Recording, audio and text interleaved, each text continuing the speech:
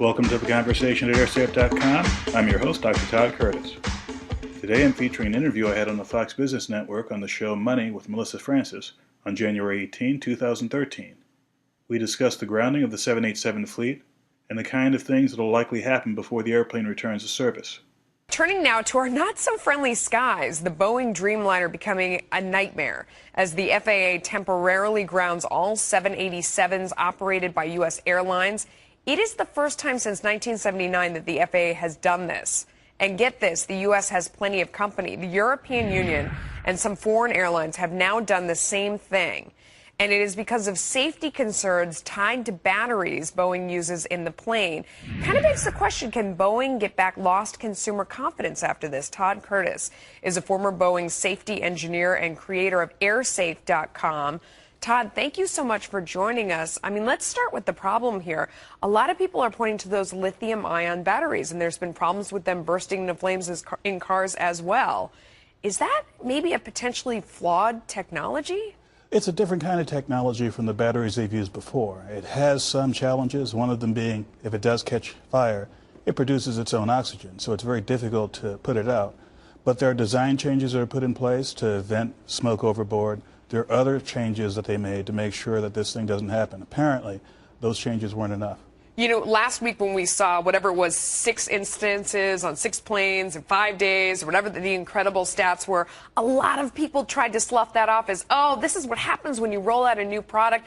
It seemed like too much. Now the FAA is stepping in and saying, hang on, let's ground these things. Are they overreacting? Are they doing the right thing? Do you think there's a real problem here? I think there are things that we just don't know about yet. For example, after the event in Boston last week, immediately the NTSB had a fairly serious investigation that involved the Japanese equivalent of the NTSB. That said to me that perhaps they had some inkling there was a problem with the battery system, and what happened in Japan later just sealed the deal as far as there being a much more serious approach to this. As a passenger, this makes me really nervous about a 787.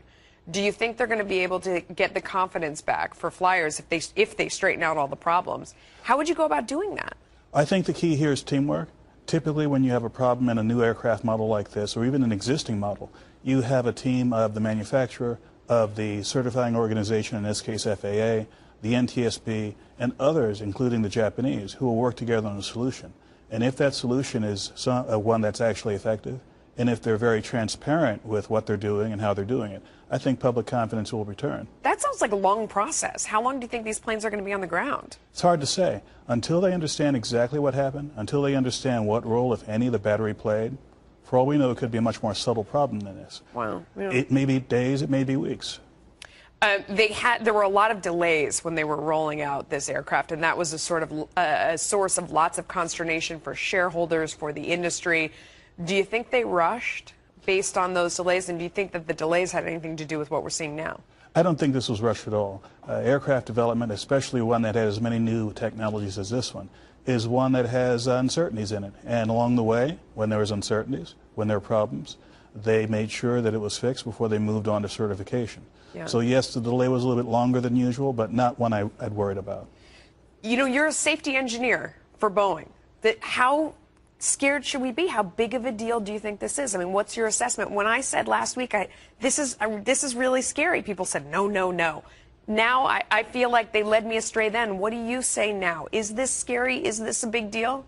Well, first, I was with Boeing. I was there during the 777 development. I didn't stay with the company during the 787 development. But the process is similar. There are things that happen. Sometimes it may seem a little bit scary to the outsiders who aren't in on the process, but there is a very, very deliberate process here that takes years, not just during this phase, but as long as this aircraft is in operation. So, would you get on one of these aircraft today? If they let you, I know they're not letting you, but if they let you, would you do it? If the FAA and the authorities over in England and in Japan all say, hey, we have a solution, if Boeing gets on board and has a solution, they implement that, I'd have no hesitation. You trust everyone involved, even though they all cleared it and said it was safe before, and it wasn't? Well, it may be safe now. What it is there's a risk that's now recognized, whereas before, 2 weeks ago, we didn't know what that risk was. Once they do something about that risk, our perception of how safe it is will increase. Okay, I'm going to call you in the future before I get on one of these and see if it's a good idea. I still may not get on, but I'm putting you on speed dial. Todd, thanks so much. For more on the 787 investigation, please visit airsafenews.com. Thanks for listening, and we'll see you next time.